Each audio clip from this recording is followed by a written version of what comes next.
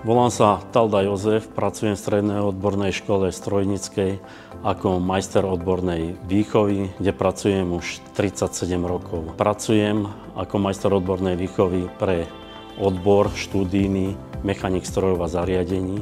Žiaci v študijnom odbore mechanik strojov a zariadení získavajú vedomosti, manuálne, praktické zručnosti v oblasti ručného spracovania kovov, výrobe súčiastok, samotnej montáži týchto súčiastok a spájaní celých celkov. Pokračuje to až montážou celých strojov a oprava a diagnostika týchto zariadení.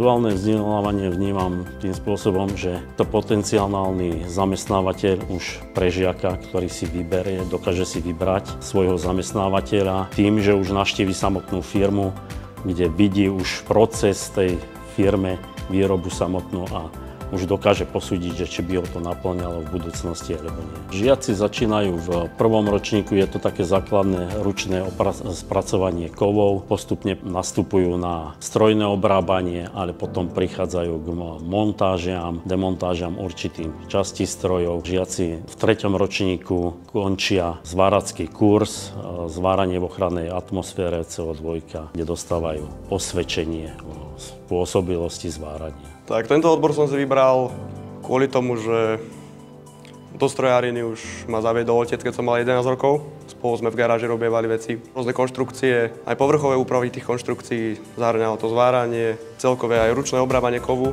Aj môj odbor, čo je mechanik strojov a zariadení, je pre ľudí, ktorí sa vlastne neboja zašpiniť si tie ruky od tej roboty. Je to väčšinou manuálna práca, ale ako už sám odbor napovedá, je to oprava a údržba CNC. A častočne aj robotizácia.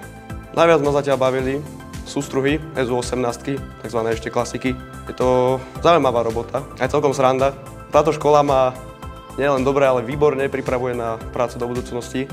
Samozrejme aj kolektív je tu úplne fajn. Prostredie škola je veľmi dobre vybavená, aj dielne sú veľmi dobre vybavené. Dobre sa tu pracuje, aj komunikuje so spolužiakmi. Deviatákom by som odporučil strednú školu strojnícku, pretože kolektív je veľmi fajn, aj profesori sú fajn, majstri úplne v pohode. Nikto na vás nekričí, není tu žiadny nátlak. Dá sa veľa naučiť, keď niekto niečo nechápe. Stačí sa len opýtať a všetko bude úplne v pohode vysvetlené.